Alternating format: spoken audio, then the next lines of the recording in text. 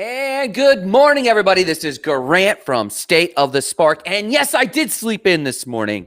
And that starts me off this morning with a cup of freaking gratitude. My cup of freaking gratitude. I got a cup of gratitude this morning. I'm super pumped. You can tell by my hat. It's Casual Friday. It's not. I've got appointments all day. But I did sleep in. For those of you who don't know me, normally I get up between 3 and 4. And I have a whole morning routine. And then I plan the morning's event and show, and we outline it. But I went ahead and skipped all of that because of what I'm grateful for this morning.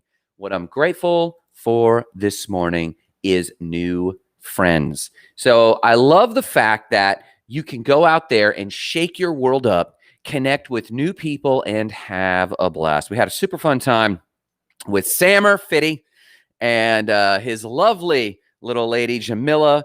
And they were both super fun, super intelligent, had great jokes. We had a good time at 1961 last night and stayed up way past my bedtime. And we gave them a tour of our co-working space where we meet with a lot of entrepreneurs. We're going to be meeting with a potential coaching client this morning. Ryan, looking forward to seeing you this morning, my friend.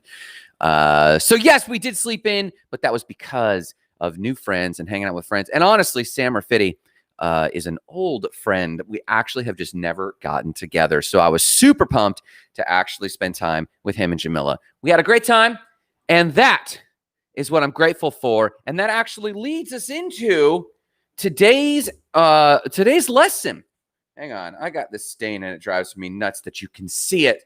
There we go. Much better. A clean cup is a good cup. So this morning, we're skipping other news. It's Fun with Thinking Friday, my awesome friends.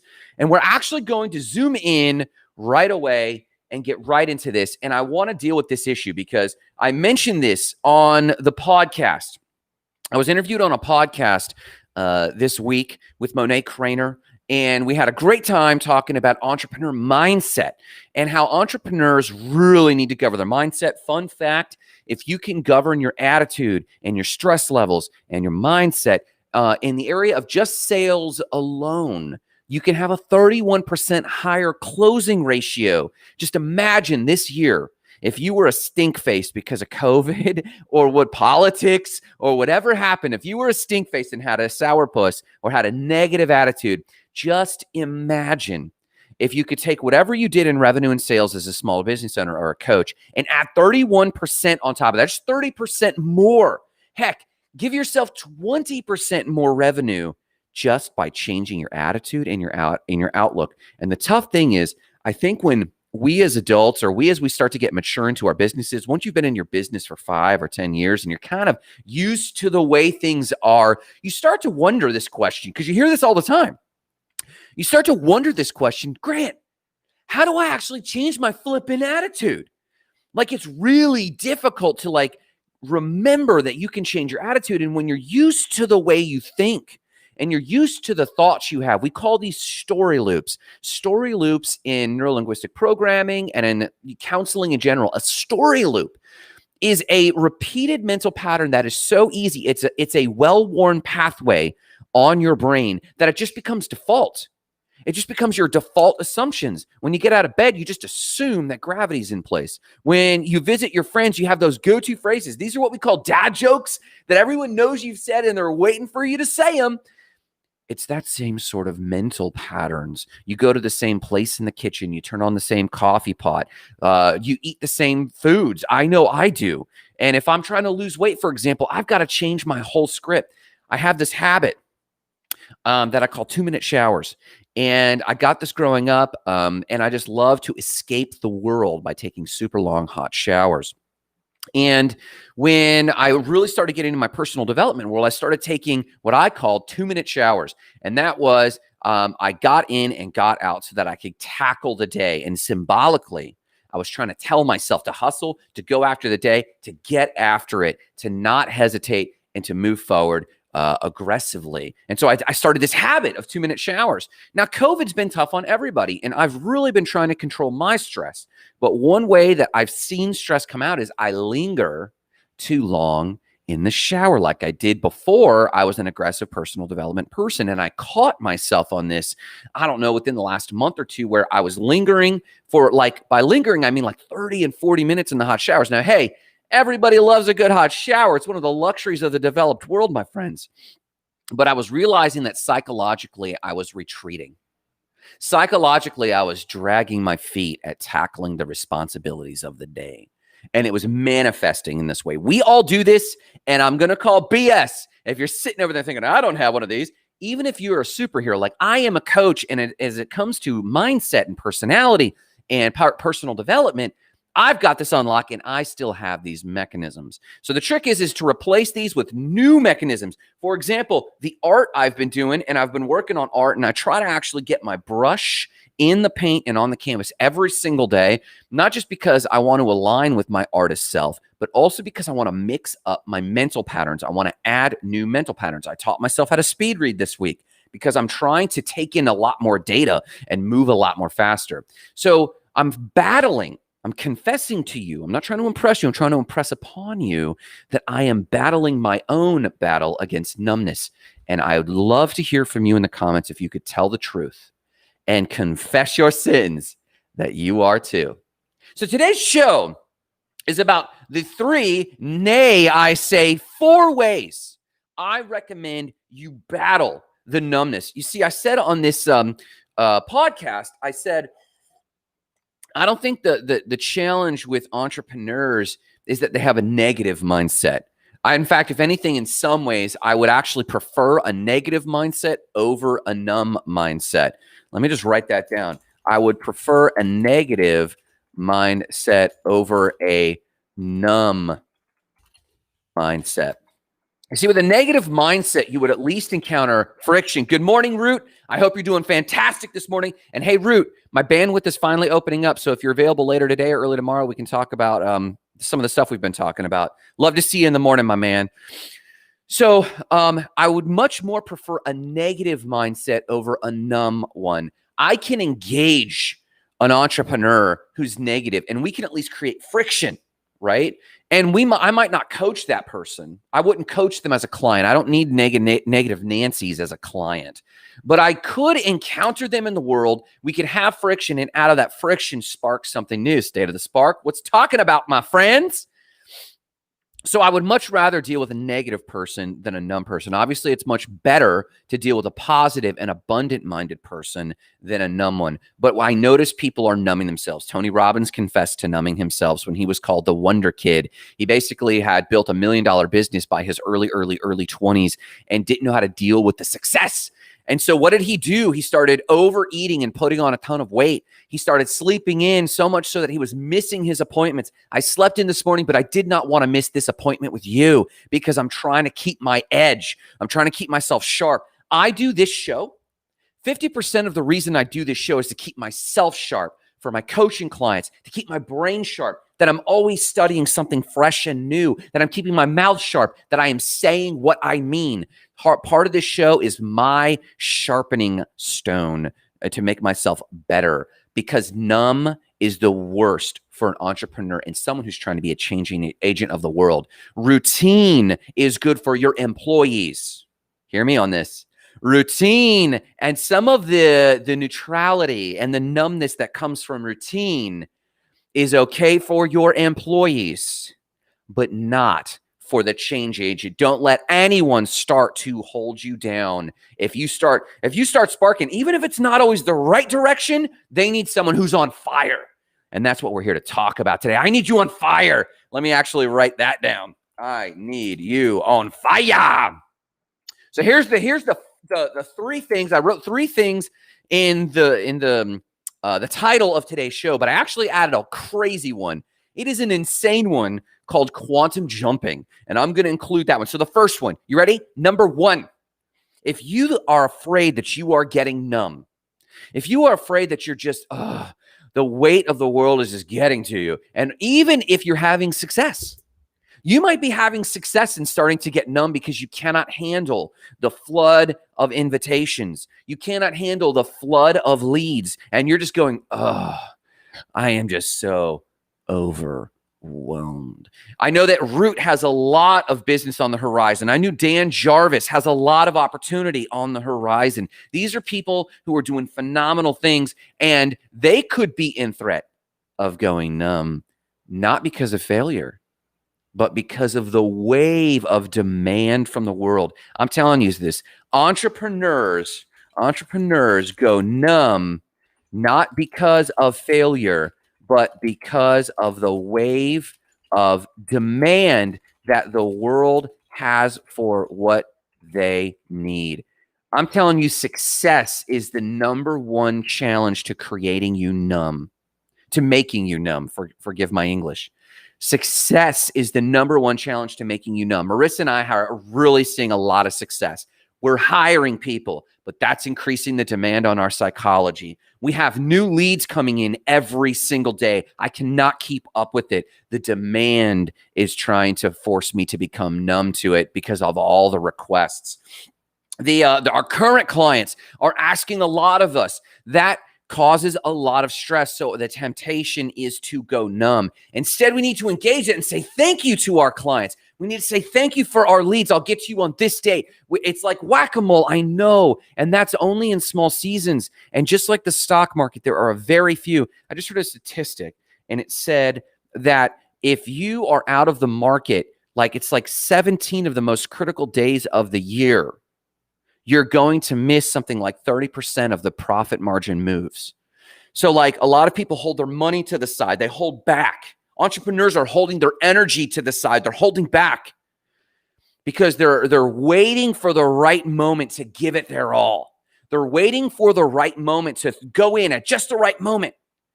And the ability to do that is so rare that it makes more sense to have your energy in the market. It makes more sense to have your money in good, hopefully good stock picks so that you catch the highs and lows because you make the most amount. Hear this in the market. Hear this parallel for entrepreneurship.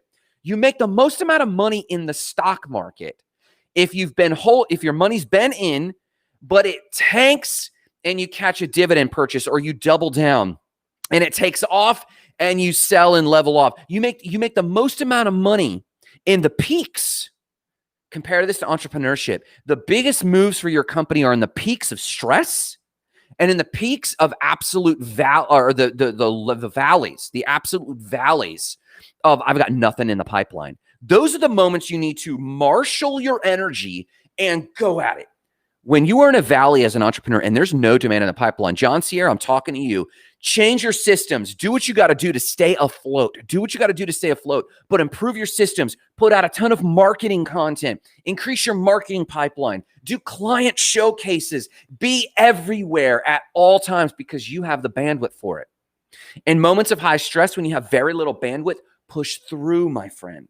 Because this is where you actually can refine your team. This is where you can start to cherry pick the clients you want to work with. This is where you can start booking people further out. If you have too much success right now and you tell someone, hey, I can't get to this until February 2nd. I can't get to this until March 1st. They're going to go, what? I need this now. And you say, hey, listen, I understand. If you need to look at somebody else or look at another vendor, go for it because I really can't look at you till then. But if you really want our quality, you can raise your prices because your demand is so high. So get in this paradigm that it's at the peaks is when you need to go all in. And that's what we're trying to do with Spark Training and Spark Sites. With my coaching and training, I'm trying to say yes to these people and get them booked on the calendar so that we have something to look forward to. I'm getting phone calls left and right. But it's in the peaks that is the threat. It's in these peaks is where the threat for the entrepreneur that they go numb. So number one, here we go. Number one, and I'm going to write this down. Change your context, literally your environment.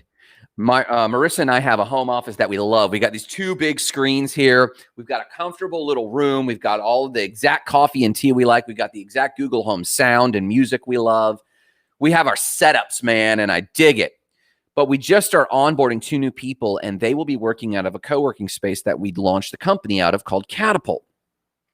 And so over the last entire week, maybe week and a half, Marissa and I have spent most of our week at Catapult. And this has massively shaken things up for us in terms of sales. So here's my advice to you. If you are afraid of going numb, and I noticed that when I'm going to this new location, I am encountering entrepreneurs. They're asking things to me. I have to pick up my pace. I'm encountering clients who work out of there, and they're going, hey, by the way, I've been meaning to ask you. And yes, it's adding more, but it's making me realize I can move at a faster clip. It's like learning how to speed read. If you've been only reading 250 words a minute, and suddenly in a single afternoon, you're exposed to, I think I shared with you on the show the other day. Spreeder allows me to read at about 200 words a minute conservatively. And I encourage you to go check out Spreeder app, Spreeder. It's just like that. So when I realized I had this app and I put myself in the context of this app, and suddenly I went from 200 words a minute to 400 words a minute, I realized I was capable of more. And I came out of this numbness believing that I could only read a few words a minute. With step number 1, changing your context, I realized in my home office, I've been getting comfortable at the pace I work. I've been comfortable with the type of work I do here. But when I stepped over to Catapult and was there all week, and I was encountering entrepreneurs, and I attended a lecture by David Pappas, the illustrious David Pappas, talking about brand and hearing people's questions, I was stimulated at such a new level this week alone. Number 1, how can you shake yourself out of numbness? Change your context. If you're used to going to the beach, go to the mountains. If you're used to going to the mountains, go to the freaking beach. If you're used to that coffee shop on the south end of town, go to the coffee shop on the north end of town. If you're used to going to the coffee shop on the north end of town, go to the breakfast joint downtown. Change your context. Go to a new networking meeting. Go to a new, literally physical workspace. If you're used to working out of home, buy a few day passes at the local co-working space just to shake it up, just to shake a few new hands. That leads me to my second point. Change your people. Change your context. Mix it up. If you're used to being in hot Florida, hop in the car with your lovely wife, as me and Marissa should, and drive to North Carolina for just a few days. Go get some fresh mountain air and drive back. That leads me to the second one. The inevitable thing that this will do is it will help you change your people. You add new people to your circle. Don't necessarily commit to long-term relationships to a whole new bandwidth of people. One of the number one reasons I see entrepreneurs go numb, they go numb because they cannot handle adding another person. I've got 1,500 Facebook friends. I got 2,000 followers. I've got all these comments, and I'm trying to keep up with it. And I honestly don't know who's going to feed back into my life. And some of the people that do are needy, man. They're super needy. They're tugging at my shirt sleeve like a 5-year-old going, daddy, daddy, daddy, when are we there yet? Can I have another piece of candy? You don't need another one of these leeches in your life. So I understand why you go numb when it comes to people. Shake off the sleeping self, my friend. Add new people. Don't commit anything yet, but just add them. Take new people to coffee. Ensure that they are challenging you. Interview somebody in your mind. Don't tell them this, but go have coffee with someone at 6 a.m. in the morning. And when they're like, well, hey, why did you want to meet? You say, I just wanted to get to know you. In your mind, test them for whether or not they should join your mastermind. You need to be developing a new mastermind. You need to be developing someone who's going to change you and push you to your limits. Yes, we need more hype beasts. Yes, we need more people that will hype us up. Absolutely. But what we really need is people that will challenge us. And I don't mean playing the devil's advocate. That's a BS term for Monday morning quarterbacks. You don't need that. You need someone who really challenges you and asks penetrating questions like, hey, where did you get that mindset? I have a very good friend, James Joseph. Shout out to my man. James Joseph challenged me the other day because I had this purveying thought, and it's been plaguing me. And it's that as a personal development coach, I was really beating myself up. I was really bending over backwards. The entire company. I was bending the entire company over backwards for employees because I believed, I had this pervading belief, and it was, as a personal development coach, my employees should be the happiest. I should have the most amount of skill as a manager to get and connect and create synergy with any employee on the planet. And James Joseph just leaned over coffee one morning, which we do. We do this about once a week. He leaned over and said, why do you believe that? I don't believe that, but why do you? And it was coming from a sincere place where he was really trying to understand where that thought came from in case he needed to have that thought. Because he's a great leader. Shouldn't his employees just go with the flow, follow his vision? Shouldn't he be able to get anyone to follow his vision? Listen, He and I talked about this later. Listen, there's 8 billion people on this planet. You do need to try to reach everyone. You do need to give it your all to every relationship, but not every relationship will give its all back to you. You are not everybody's savior. You're somebody's savior. Does that make sense? So if the first step is changing your context to shaking yourself out of numbness, number one, change your context. Number two, change your people. Have coffee with new people. If you've got good people in your life, preserve them, double down, buy them a gift, bring them a book, get them a gift card, do something insane so that they feel the love. If you have stinkers in your life, I'm sorry, cut them off. You got to cut people off. I've given years to people, and I could track probably 4 to 6 people in my life that I kept on for years because I thought, aren't I better than this? Can't I turn this relationship around? Can't I jive better with these people? Cut them off. And here's my number one technique to cutting someone off. Fill your schedule with good people. Fill your schedule this week and next week, the next 2 weeks. And I got this from our mayor, Mayor Mutz. Shout out to Bill Mutz. Bill Mutz gave me this tip once on a talk he gave about marshaling your calendar. And he said, listen, this is what you do. Fill your calendar up with good, productive activities. And that way, this will filter everyone, including the good people in your life. It will filter everyone. And this is so that when the stinkers who you want to try to begin to cut off say, hey, could I get 5 minutes of your time next week? You look at the calendar and say, hey, listen, I'm actually booked for the next 2.5 weeks. Could I get back to you in about 2 weeks? And do get back to them sincerely, but keep filling up your calendar with good quality leads of people who are powerful, who are better than you, that you're trying to be like, who are encouraging, who are enriching, who could be mastermind people, but you got to filter. You got to filter people out. So number one, change your context. Number two, change your people. Number three, and this is what I was going to end on. Number three, rewrite your vision. Check this out. I call this my dream machine. It's just a portfolio with sleeves. And I've written out my vision of who I want to be. It's a new day. There are no hindrances. There are quotes of the major attributes of a leader from Think and Grow Rich. If you think you've beaten, you are. If you think you dare not, you don't. If you like to win but think you can, it's almost certain you won't. One of my favorite poems, right? And then it gets into some of my vision documents, and then actually my top 240 goals right here. I have this in a Google document. I hand wrote it originally in 2000 when I really wasn't typing things too much. But then as I launched my businesses, I started writing it in Microsoft Word, and it has evolved over time, and now it's a Google document. And I rewrite this every so often. And here's my number 3 tip. If you've changed your context and you're mixing things up and you're challenged, but you're giving it your all, if you change the people you run with and you're adding new people, we had a great dinner with Sammer and Jamila last night. We had such a good time. New people, change it up, add new people. The third one then is rewrite your vision. Rewrite it, and I mean word for word. Open up. If you have it in Microsoft Word, that's great. Print it off. This might sound insane, but listen to me. Print it off. Stick it right next to your computer, right there. Stick it off to the right of your computer. Move it there. And then retype it word for word. This implies several things. You've carved out time to rewrite it. You'll be focused on it. Turn your phone off. And you'll be forced to think about the words, and you will be faced with your past desires. You're going to be faced with your past desires that are going to be challenging you. When it says you want to write the first $1 trillion tithe check, which is totally one of the items on my list, I'm challenged with whether or not I did that. When it says you're going to learn Tagalog and Chinese as languages, which are on my list, you're going to be challenged with, why haven't I done this? Or do I even need this on my list anymore? You're allowed to purge things from your list, but I encourage you to do it very carefully.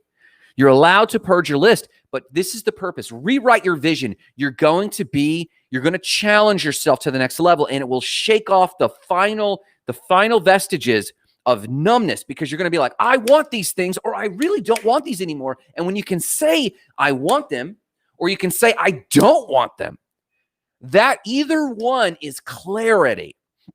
And clarity of purpose and clarity of vision will carry you through the dark night of the soul. The dark night of the soul is not low lows, I believe. The dark night of the soul is quite often numbness. Thanks, Adam, man. I hope you're killing it. I hope that website's working for you today. The dark night of the soul, I believe, is the darkness that comes with numbness so thick it has covered your eyes, covered your vision. It's not the valleys. You got these high highs way up here, and you got these low lows down here. Low lows are tough, man. They're really tough, but at least they're stimulating.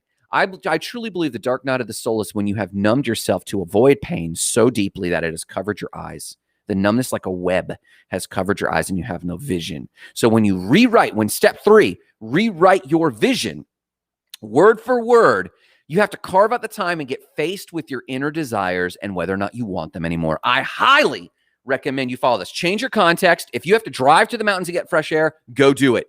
If you have to drive to the beach and put your feet in the water, freaking go do it. If you have to if you're trapped, we just heard about a place in Palestine that's considered the largest open air prison to the people in there anyway. If you are trapped like that, then go to the opposite end of the place. Change your context. And I know that this sounds like I'm being trivial. I'm not. It's very important that you shift your context. Then change your people. Start adding wonderful people, filling your schedule so much so that there's not enough room for the people that you really should cut out of your life. And when those people ask for time on your schedule, let them know, hey, my calendar's full for the next 2 weeks. Can I call you late next week and find a time? It might be off-putting, but it is still kind and it is still honest. Your schedule should be full with really quality people. Number 3, rewrite your vision word for word. And here's the secret number 4 item that is absolutely flaky. So if you like things to be prim and proper, please browse away, share this video with a friend, tag a friend. But if you're okay with it, let me hear from you. We're going to get flaky and weird. Let's just take a timeout. We'll take a 2-second timeout for those people who like things prim and proper to go about their day. Here we go. Okay. So here we go. This is the flaky one. I call it quantum jumping, quantum leaping. So for those who want to view what I'm going to say next as just using your visual cortex and your imagination, awesome. For those of you who like to toy with the philosophies and ideas behind quantum self, the quantum self simply states that matter and energy can exist in every point in time throughout the entire timeline. Technically, it is a stretch, but not impossible to believe that we are all made up of only one electron. Electrons are also known as probability fields, and they exist and wink in and out of existence. And when you have a hydrogen atom, it's only got one electron. When you have a helium atom, it has the activities of 2 electrons. But there are some in the scientific community who believe that this is the same electron winking in and out of existence and interfacing with itself. What a great metaphor for humanity. What if you and I are actually the same self? I'm not going to say the same person. I'm not going to say the same individual. But what if we are the same self that is moving through along the timeline and experiencing reality through different people's eyes and interacting with itself? It's a fun thought. Whether you believe in that or not, it's an interesting thought to take your visualization all the way. Napoleon Hill and Think and Grow Rich, which is always sitting right on my desk. And this is my busted ass copy because I've read it so much. Ryan says, change those whom you surround yourself with, rewrite your vision board. Golden. Thank you so much, Ryan. I love the fact that you're watching, and we'll see you later this morning, my man. So quantum jumping is what I call the use of visualization to speak to your younger self and your older self. According to Napoleon Hill, in his mastermind concept, he encourages you to not only have an external, very real mastermind like I do with my friend James, like I do with multiple people in my life. I have with Dave Pappas and a lot of people. We have these mastermind groups externally. But Napoleon Hill encourages you to have a mastermind internally. I'll let you read the chapter yourself, but for the sake of time, let me get to quantum jumping. Napoleon Hill and I believe that you should sit down in your morning quiet time and get so quiet and create an imaginative, you wield your imagination so that you can see, smell, taste, and touch. Go deep. Make it quiet. No music. Sensory deprivation to the external. Turn the lights off. Turn the sounds off. Retreat to the quiet place. Go deep into your imagination. Go deep into your mind and visualize jumping through time to your younger self. It sounds really weird if you've never done it before, but it is powerful if you have. Now, if you just want to believe in the psychology of this, you're basically visiting your younger ego self and who you believe you were when you were younger in the story loops. Because when you were younger, you were so full of visualization and imagination. So I encourage you to do this visualization activity.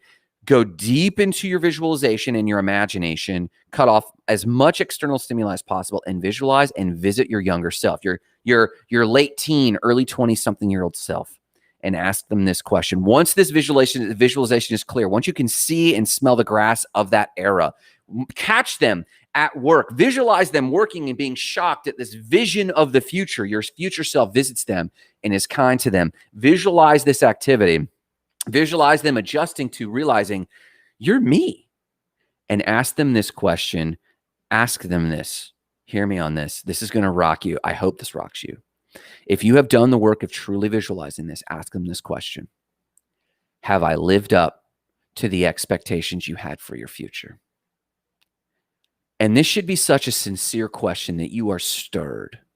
And whether you believe that this is just you visiting your psychological impression of who you were young, or whether you believe in quantum jumping, that you're actually visiting your younger self, it doesn't matter. This should be such a real experience that when you ask this honest question, have I lived up to the expectations you had for me in our future? And listen to their answer sincerely.